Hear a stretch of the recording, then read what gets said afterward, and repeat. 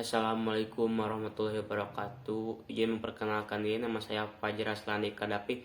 Di sini saya akan presentasi tentang konflik SARA di Indonesia. Di sini ada daftar isi, terdiri dari 6 daftar isi. Yang pertama ada pengertian konflik dan pengertian SARA. Yang kedua ada penyebab terjadi konflik SARA. Yang ketiga contoh konflik SARA, dan yang keempat upaya mencegah dan menangani konflik SARA. Lalu yang kelima peraturan hukum yang berkaitan dengan konflik SARA. Yang terakhir ada kesimpulan. Pertama-tama kita masuk ke dalam pengertian. Di sini kita sudah tahu tentang konflik dan SARA. Tapi di sini saya akan menyampaikan apa itu pengertian SARA dan konflik. Yang pertama ada pengertian SARA. SARA adalah singkatan dari suku, agama, ras, dan antar golongan. Istilah ini sering digunakan di Indonesia untuk merujuk pada aspek-aspek identitas sosial yang sangat sensitif dan dapat menimbulkan perpecahan atau konflik jika tidak dikelola dengan bijak. Yang kedua ada pengertian konflik. Pengertian konflik adalah suatu proses atau kondisi ketika dua pihak atau lebih memiliki perbedaan tujuan, kepentingan, nilai, atau persepsi yang kemudian menimbulkan ketegangan atau pertentangan. Lalu di sini kita akan ke penyebab terjadinya konflik SARA. Yang pertama ada kurangnya toleransi, seperti kita tidak menghargai perbedaan terhadap orang lain, memaksakan kehendak kita terhadap orang lain. Lalu yang kedua ada provokasi dan ujaran kebencian, seperti kita menyebarkan hoaks, menyebarkan fitnah, dan ujaran kebencian di media sosial. Yang ketiga ada fanatisme berlebihan, ketika seorang terlalu membanggakan suku, agama, rasa sendiri sehingga merendahkan orang lain. Lalu ada di sini ada contoh konflik SARA. Yang pertama ada antar suku. Konflik suku Dayak versus suku Madura di Kalimantan tahun 1997 dan 2001. Lokasi Kalimantan Barat dan Kalimantan Tengah. Yang kedua adalah konflik agama. Ada Kerusuhan Ambon 1999 sampai 2002. Lokasi Ambon dan Maluku. Pihak terlibat adalah umat Islam dan umat Kristen.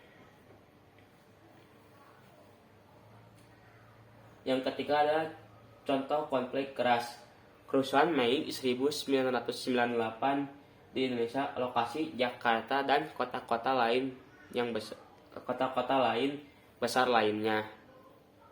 Pihak terdampak warga keturunan Tionghoa. Yang keempat adalah konflik antar golongan. Konflik antara buruh dan manajemen perusahaan. Lokasi banyak terjadi di kawasan industri. Pihak yang terlibat adalah serikat buruh versus pengusaha. Lalu di sini ada upaya mencegah dan menangani konflik SARA oleh masyarakat dan oleh pemerintah. Di sini ada mencegah dan menangani konflik SARA oleh masyarakat terlebih dahulu. Yang pertama adalah menghidupkan dialog antar kelompok, seperti mengadakan forum warga, dialog lintas agama atau antar suku. Yang kedua ada pendidikan multikultural, seperti mengajarkan nilai-nilai keberagaman sejak dini di sekolah, baik di keluarga, di sekolah maupun di lingkungan. Yang ketiga ada menghindari ujaran kebencian dan hoaks, tidak menyebarkan berita palsu, memfitnah di media sosial, memberikan ujaran kebencian atau meme yang bersifat provokatif di media sosial. Lalu ada upaya oleh pemerintah. Yang pertama, menegakkan hukum yang tegas dan adil, menindak tegas pelaku provokasi, ujaran kebencian, penyebaran hoaks, dan kekerasan berbasis SARA. Yang kedua adalah pendidikan dan sosialisasi toleransi, menyisipkan pendidikan nilai-nilai kebinekaan dan toleransi dalam kurikulum sekolah. Yang terakhir ada mendorong pemerataan pembangunan, seperti untuk mengurangi kecemburuan terhadap kelompok yang lain dan ketimpangan ekonomi antar kelompok. Lalu di sini ada peraturan hukum yang berkaitan dengan konflik SARA. Kita kalau melakukan konflik SARA akan mendapatkan hukuman yang tertulis seperti ini. Undang-Undang Dasar 1945 Pasal 28E ayat 1 dan 2 menjamin kebebasan setiap orang untuk memeluk agama, beribadat, dan menyatakan pendapat. Lalu ada pasal 28I ayat 2, setiap orang bebas dari perlakuan diskriminatif atas dasar apapun dan berhak mendapatkan perlindungan dari diskriminatif tersebut. Lalu ada Undang-Undang Nomor 39 Tahun 1999 tentang Hak Asasi Manusia.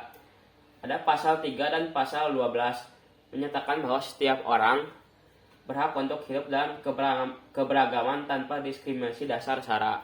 Lalu di sini ada kesimpulannya. Konflik SARA adalah perselisihan yang timbul akibat perbedaan identitas sosial yang mencakup suku, agama, ras, dan antar golongan. Di Indonesia yang memiliki keberagaman budaya, konflik SARA sering muncul dan dapat mengancam persatuan bangsa.